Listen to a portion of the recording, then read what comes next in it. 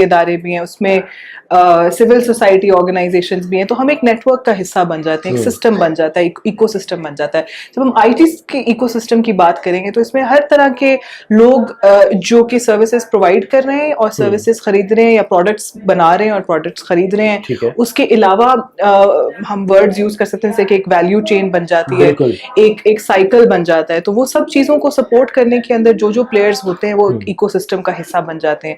तो उसमें software, hardware, उसके अंदर प्रोफेशनल्स को प्रमोट करना, प्रोफेशनल्स भी, तो उसमें ह्यूमन बीइंग्स और कैपिटल दोनों जो है शामिल होता है। तो जब इग्नाइट की हम बात करते हैं कि वो एक इकोसिस्टम बिल्डर है या इनेबलर है, तो उसका मतलब ये है कि वो इंफ्रास्ट्रक्चर जो कि आईटी को चाहिए होगा, वो लोग जो कि आईटी की फील्ड में चाहिए होंगे, उसके अंदर भी कोई एक सेक्टर या एक फील्ड नहीं, उसके अंदर हर तरह के प्रोफेशनल्स हैं, उसमें कोडर्स भी हैं, उसमें ट्रेनर्स भी हैं, उसके अंदर वो लोग जो कि मार्केट असेसमेंट्स करते हैं, जो पॉलिसी बनाते हैं। तो ऊपर से लेके नीचे तक, साइड से लेके लेफ्ट से राइट तक जो पूरा एक सिस्टम है, उसको प्रोटेक्ट करना, उसको मेंटेन करना, उसको जरा बड़ा करना, उसमें जो लोगों की जरूरियात है उसको पूरा करना, जो सिस्टम की जरूरियात है उसको भी पूरा करना। तो दैट इज इन शॉर्ट और in long what ignite does. नहीं, जबरदस्त, thank you for explaining that.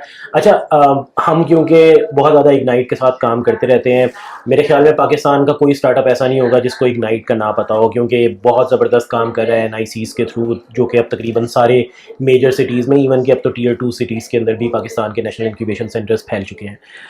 लेकिन इसके अलावा भी इग्नाइट का बहुत अहम काम है।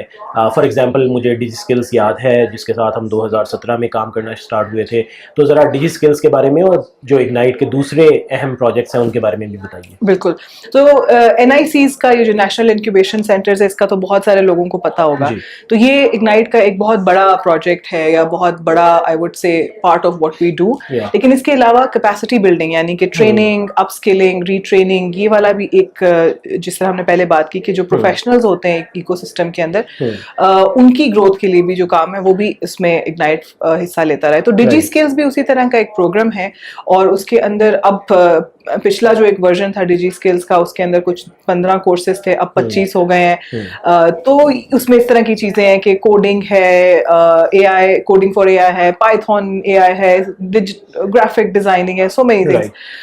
तो इस किस्म के जो यूथ के लिए, चाहे वो स्टूडेंट्स हैं ऑफ यूनिवर्सिटीज और कॉलेजेस, बट इसके अलावा भी कोई भी, तो इसके अंदर एक तरह से एक democratization of capacity building Ignite करना चाहता है कि as long as you have an internet connection and you have a laptop और अ कंप्यूटर एक्सेस, और आपके अंदर सीखने की एक तड़प है या एक शौक है, तो वो these are not very complicated. तो इसमें कोई, मतलब जो नॉन टेकी है, वो बिल्कुल बिगिनर है, वो भी कर सकता है। उसके अलावा पिछले कुछ सालों में इग्नाइट ने स्टूडेंट्स के फाइनल ईयर प्रोजेक्ट्स को भी स्पॉन्सर किया है, फंड किया है, जिसको हम ग्रास रूट्स लेवल पे इनोवेशन को प्रमोट करने के लिए यूज करते हैं। और फिर जिस तरह के मेरा जो काम है, कोलैबोरेशंस और पार्टनरशिप्स, इसमें हम सिर्फ मुल्क के अंदर ही सिस्टम प्लेयर्स के साथ पार्टनरशिप्स नहीं क्रिएट करते, बल्कि मुल्क से बाहर भी, तो बैरून मुल्क भी, अगर जो उनके टेक्स इकोसिस्टम्स हैं उनको पाकिस्तान के साथ कनेक्ट करना, यहाँ से लोगों को अगर ट्रेन करके हम बाहर भेजना चाह रहे हैं, तो उस किस्म की पार्टनरशिप्स, या बिजनेसेस को आपस में बात करने के लिए, नॉलेज एक्सचेंज के लिए जो चीजें करना चाह रहे हैं, उसके लिए भी हम डिफरेंट कोलैबोरेशंस और प्लेटफॉर्म्स को यूज करते हैं, जिससे सिर्फ सिस्टम नहीं, उसके लोग नहीं, बल्कि ओवरऑल ब्रॉडर इंडस्ट्री को भी फायदा हो। जबरदस्त। कोमल, आपने मेंशन किया कि डेमोक्रेटाइज कर रहा है डिजी स्किल्स के जरिए से टेक्नोलॉजी की एजुकेशन को इग्नाइट। तो मैं यहाँ पे मेंशन करना चाहूँगा, 2017 के अंदर जब हमने डिजी स्किल्स के साथ काम करना शुरू किया, I was very fortunate to be a part of that. तो हम लोगों को ये बात पता चली कि जब हम Tier 2, Tier 3 सिटीज़ में और उन यूनिवर्सिटीज़ में गए, वहाँ पे जिस तरह से जामशोरो यूनिवर्सिटी थी, यूनिवर्सिटी ऑफ सिंध थी, वहाँ पर हम लोगों ने ऐसे लोगों को भी ट्रेन किया जिन्होंने कभी ज़िंदगी में अपने कीबोर्ड नहीं देखा हुआ था, और वो जब अपना नाम रजिस्टर करवाने के लिए उस पर टाइप करने की कोशिश करते थे तो कीज़ ढूंढ रहे होते थे कि कहाँ पर है की। और फिर हमने उनके लिए, हालांकि उस प्लान में नहीं था, लेकिन फिर हमने साथ में पार्टनर लैब्स को अपने साथ ऑन बोर्ड किया कि वो अपनी लैब्स ओपन करके दें, क्योंकि उनके पास, जाहिर बात है, अगर उन्होंने कीबोर्ड नहीं देखा तो उनके पास एक्सेस भी नहीं होगी इंटरनेट की, डिवाइस की।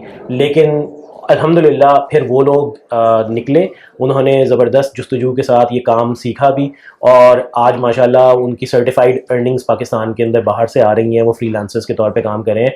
तो this has been an amazing journey, जो कि इग्नाइट ने एक बहुत रियल इम्पैक्ट मेरे ख्याल में पाकिस्तान में जनरेट किया है। आपने ये भी मेंशन किया कि अब आप AI के भी कोर्सेज उसके ज़रिए से सिखा रहे हैं लोगों को।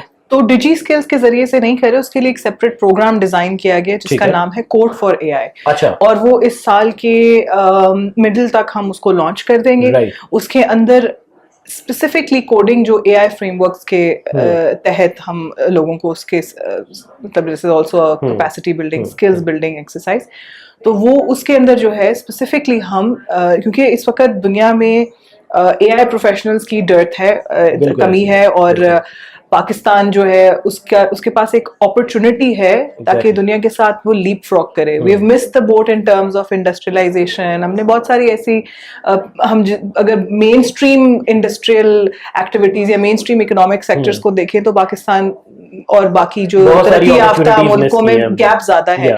लेकिन क्योंकि हमारी एक यंग पॉपुलेशन है, आई एम श्योर बाकी हमारे ऑडियंसेस ने भी ये सुना होगा कि 60% हमारी बिलो द एज ऑफ 29 है, और एक इंग्लिश स्पीकिंग वर्कफोर्स है, वो भी एक हमारा प्लस पॉइंट है। बट ना भी हो तो ये टेक्नोलॉजी के सेक्टर में because we have a young workforce जो कि ज्यादा अडेप्टिव है इस किस्म की इंडस्ट्री के अंदर, तो पाकिस्तान के पास एक बहुत गोल्डन अपॉर्चुनिटी है to leapfrog. And already for example इस तरह के कुछ फैक्ट्स हैं कि क्रिप्टो मार्केट के अंदर, जिसके बारे में भी हम बहुत सारी बातें सुन सकते हैं, फ्रॉड्स भी डिस्कवर हुए, बट जो भी एक नई चीज थी, और पाकिस्तान के जो लोग हैं वो Pakistan ranked third most like the top 3 country of crypto currency traders. और जिस तरीके से तेजी से इसमें रुझान बढ़ रहा है गेमिंग इंडस्ट्री के अंदर, बहुत सारे पाकिस्तानी हैं। अभी हम लोग इस पे AI इंडस्ट्री के अंदर एक ई स्पोर्ट्स एरिना से होके आए, उसमें वो टेकिन गेम है, और आई गॉट टू नो कि उसका जो वर्ल्ड चैंपियन है पाकिस्तानी है, अरसलान एश्टन की हम अक्सर बात सुनते हैं। सो in this particular domain और AI से related चीज़ों के अंदर पाकिस्तान के पास एक golden opportunity है। I would like to encourage everyone जो कि इस event का हिस्सा बन चुके हैं या बनना चाह रहे हैं कि वो ज़रूर explore करें। बहुत सारी ऐसी opportunities हैं, and not just for students or younger people but for everyone. We have an AI for Her pavilion as well, जिसमें हम इस तरह के टॉपिक्स को डिस्कस कर रहे होंगे कि जिस तरीके से जनरली सोसाइटी के अंदर there is a bias against women and lack of opportunities that women face. Technology में बहुत कम नजर आती हैं खवातीन, टेक्नोलॉजी में बहुत कम नजर आती है। सो आई वाज जस्ट डिस्कसिंग उधर बैठ के कि गेमिंग के अंदर कोई फीमेल चैंपियन नहीं है, तो उन्होंने बहुत पीछे हैं, they are not many players, so that got me thinking and we got started onto this conversation कि क्यों नहीं है, क्या उनके पास opportunities नहीं है, क्या उनको पता नहीं, क्या गेम के डिजाइन इस तरह के हैं कि वो biased हैं औरतों के खिलाफ। because हमें पता है कि बहुत सारे sports जो हैं traditional mainstream वो designed by men for men। yes, so you know this is an opportunity for Pakistan। अगर हमारे पास एक clean slate है तो क्या हम maybe हम female game developers को promote कर सकें जो ऐसी games बनाए that utilizes skill sets जिसमें women are naturally good, तो strategy and maybe women for example are naturally great at building consensus। so इस किस्म की games जो हैं हम डिजाइन कर सकते